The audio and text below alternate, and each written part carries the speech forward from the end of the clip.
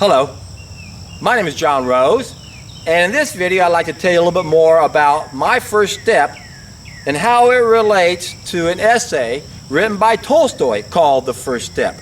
And Tolstoy used this essay as a preference to a book that he translated into Russian called The Ethics of Diet by Howard Williams. In this 25-page essay, Tolstoy starts off with the good life, virtues in an order of succession that begins with the first step. And the first virtue has to do with self-control or self-renunciation. Next, Tolstoy goes into a bad life or an evil life and how we are addicted to this evil way of life, and that it begins with gluttony, and that our struggle for, or that our effort for a good life begins with our struggle against gluttony, and that begins with fasting. So, the first condition of a good life is self-control, and the first condition for a life of self-control has to do with fasting. And the very first step of my three-step process has to do with modifying what Tolstoy is talking about. Unfortunately, what Tolstoy is talking about is no longer safe to do because of the fifth thing we mastered, chemicals. Right now, the environment has too many chemicals in it, and there's too many chemicals inside of us. And in order to neutralize and eliminate these toxins, we need certain nutrients, like glutathione, for example. And when we do a water fast, we no longer have those nutrients to deal with these environmental toxins.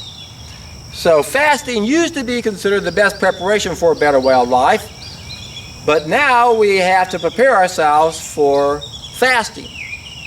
And that's where the first of my three-step process comes into play. And you can click right here and go to a seminar that I uploaded that talks all about doing the first of my three-step process. Now, what I find really fascinating about this essay is I didn't find this essay until October of 2015. And here we are in April of 2016 right now. Now, I knew about The Ethics of Diet. I had that book for a long time, but I didn't have Tolstoy's essay in it. And I found that essay recently when I was helping this young man, an ex-Marine, a bodybuilder, and I wanted to help him understand why he shouldn't eat meat. So I understand what Nietzsche said, with a strong enough why we can bear any how. So I always like to find as many reasons as I can to help people be motivated to make changes. And I was reminded of a story I read in Plato's Republic that was repeated in the China study about a conversation between Socrates and Plato's brother, Glucagon, or however you pronounce that name, who was a doctor. And Socrates says, well, what happens if we eat more meat? Isn't that going to make everybody sicker? And the doctor goes, yep, I guess it will. And then what about if we all eat meat, and aren't we going to need more resources? He goes, yeah, that's true. Yeah, we'll need more resources. But what about our neighbors? What if they decide they want to eat meat too? Won't they need more resources? Yep, that's right. Well, doesn't that mean we're going to go to war? Yep, that's right. So I wanted to convey this story to this young man, and I had not typed all that information out. So I decided, instead of typing everything out, and I'm not a very fast typist, I thought I'd go looking on the internet to see if I could find The Ethics of Diet or the China study where they explained that in more detail, so I could just copy and paste it. And in the process, I found Tolstoy's The First Step. Now, why I'm so excited about this essay is that Tolstoy and I are on the exact same page. He knew that the first thing we had to do is to deal with self-control. Now, there's a reason why the Bible mentions fasting 74 times. It allows us to control those things that are controlling us.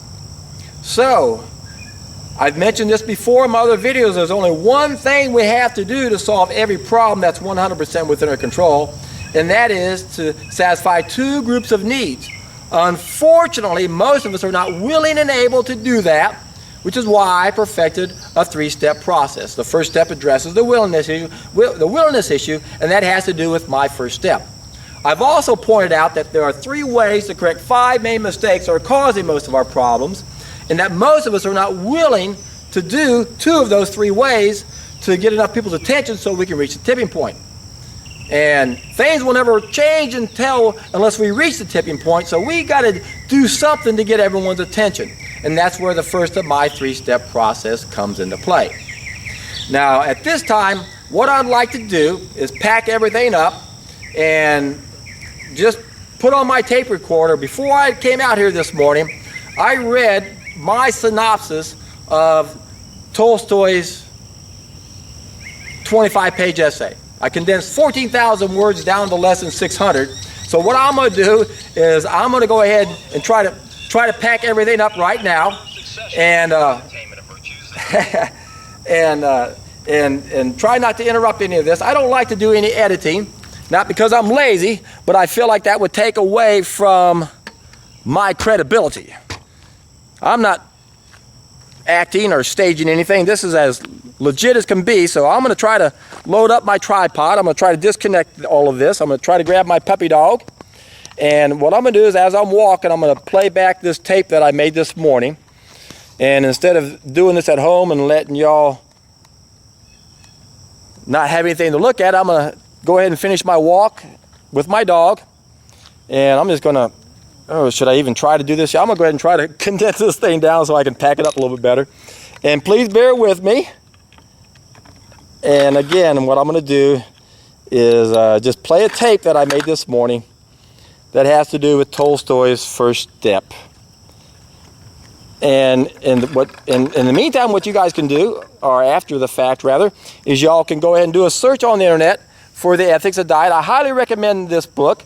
And the reason this guy wrote the book, The Ethics of Diet, is because he got tired of people telling him that vegetarianism is a fad. So what he did is he went and did some research, and he put together this great book with 85 chapters, and every chapter is some brilliant person in the past that explains the diet and behavior connection. That we are what we eat, and when we eat bad things, we are bad. And I know this is not a popular message for so many of us because we're addicted to what we eat. And but we got to overcome that. We got to maintain some sort of control over our lives, and that begins with fasting. So I'm trying my hardest to do all of this without knocking anything over, and I'm gonna have to walk through some mud in just a little bit. So what I'm gonna do is I'm just gonna try to camp this camera somewhere like right here. I have no idea what you're going to be looking at.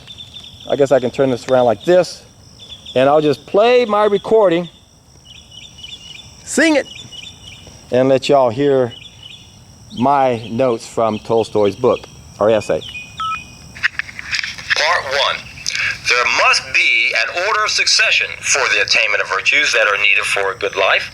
Part 2. Pagan and Christian virtues begin with self-control and self-renunciation respectively, where pagan virtues are actually better than Christian virtues because Christian salvation negates the first virtue. Part 3. Ironically, Christians preach the higher virtues while omitting the lower ones, and yet self-renunciation is the first condition of Christian perfection. Part 4. The first virtue of life is self-control, and every virtue must begin with and pass through this one, and when we don't begin with this first virtue, we have a bad life. Part 5. So for the attainment of a good life, we must first cease to live an evil life, and for the attainment of the higher virtues, we must first acquire the pagan virtue of self-control, or the Christian virtue of self-renunciation, or the virtue of abstinence. Part 6. Without this first virtue, we will continue to live an evil life where we only focus on satisfying our own selfish desires. Part 7. Indeed, life is an illusion because we are addicted to our evil way of life, and we will never attain a good life unless we change our way of life by destroying those conditions of an evil life, especially when it comes to those things with which we wish to eat. Part 8. There never has been and there never will be be a good life without self-control. And the attainment of this goodness must begin with this first virtue, especially if we wish to acquire the higher virtues. With self-control, we can liberate ourselves from our impure desires, and we must begin with our fundamental lust in order to deal with our complex lusts. And that begins with gluttony. So our effort towards self-control commences with our struggle against our lust of gluttony, and that commences with fasting.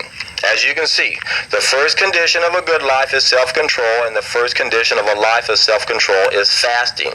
So fasting is the first condition of a good life, whereas gluttony is and always has been the first sign of the opposite, a bad life.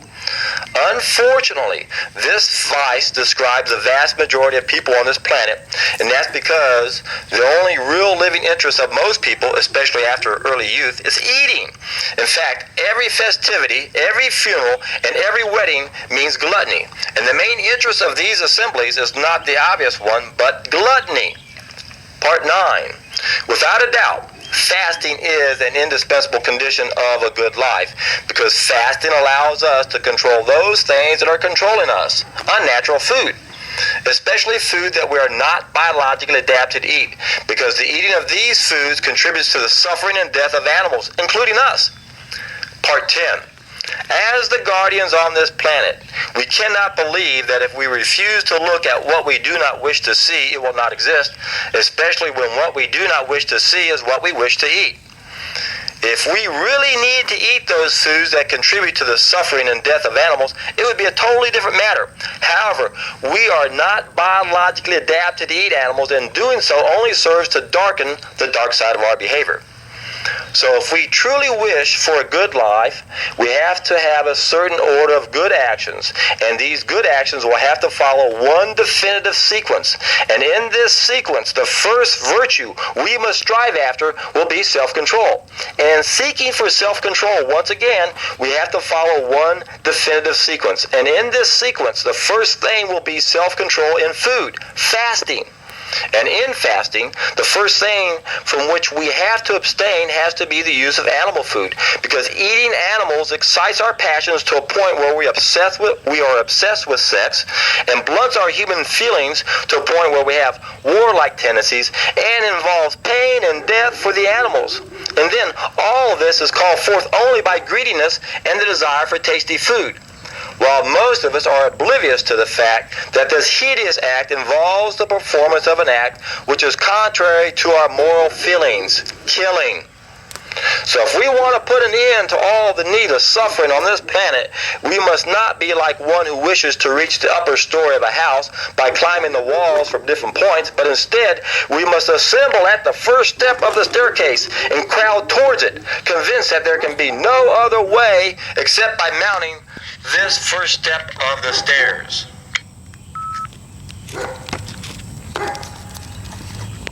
Good stuff, hey? Well, one thing I would like to mention about Tolstoy is part of what motivated him is that he visited some slaughterhouses. So he saw firsthand the type of suffering that we put our animals through. And of course, one of my favorite quotes of all time is by Tolstoy, and that's where he said that vegetarianism serves as a criterion by which we know that the pursuit of moral perfection on the part of humanity is genuine and sincere. I think that's really very profound. Most of us are so far removed from the actual killing of an animal that we really don't understand the evil things we do. Of course, everyone thinks that we need the protein, right? So we don't think there's anything wrong with it. But the point is, we don't need animal protein to be healthy. In fact, we don't even need protein. What we need are amino acids. We don't need protein. And yet, just about every book I've ever read on diet and health that knew what they're talking about always had a chapter on the protein myth. Where do you get your protein? Do any of y'all get tired of hearing that question? We're so brainwashed ever since we were young that we need animal protein, at least the vast majority of us have been, that's what we believe. We have to understand that in the 50s, in the mid-50s or so, there used to be 12 food groups that were condensed down to 4 thanks to the meat and dairy industry.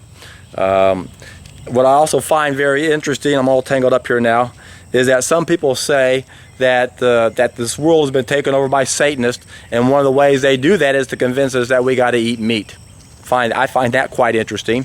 There's an interesting article written by an esteemed minister called, what's that called again? Pollyanity versus Essene Christianity, where that's where he points out is that there are these fallen angels that have got us to eat meat because they want us to suffer. They want suffering to happen on this planet. An interesting thought to consider. Whether or not that's true, I don't think it really matters. The only thing that matters has to do with the amount of suffering that this planet is experiencing. Some people even think, well, that's part of our journey. We're supposed to come here and suffer. That's supposed to help us grow as a soul. I don't buy into that crap. I think that's a bunch of crap. I don't think life is all about suffering, and that's what we're supposed to do, is learn how to overcome it. I think suffering is simply part of our feedback system. I don't believe we're being tortured. I think we're being warned. It's part of our feedback system. It's a warning light on the dashboard of our body telling us that something is wrong. So I want to thank y'all once again for taking the time to watch my videos.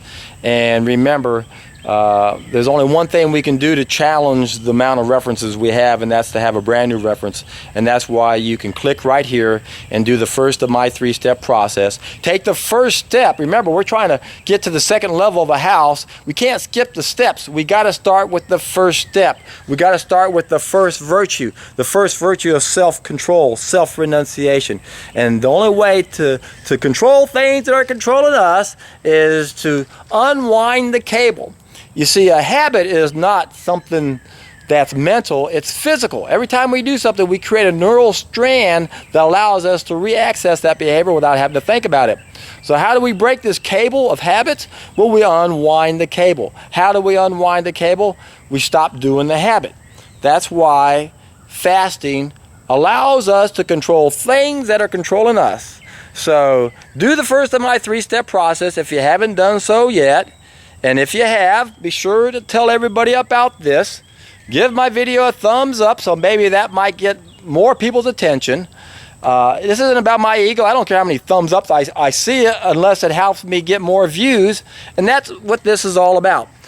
I'm trying my hardest to try to get some video to go viral that will tie into all my other videos so that we can put an end to the needless suffering on this planet. And it's needless. It's driving me crazy. I can't stand seeing all the suffering around me and knowing that there's a simple solution to all of our problems. So continue on the hero's journey. Do what you can to play your role. And if nothing else, just be the best that you can be. That's all anyone needs to do. If you're not destined to do anything else beyond being the best that you can be, then so be it. Do it. Be the best that you can be. And remember, when you do this, you're in for a treat.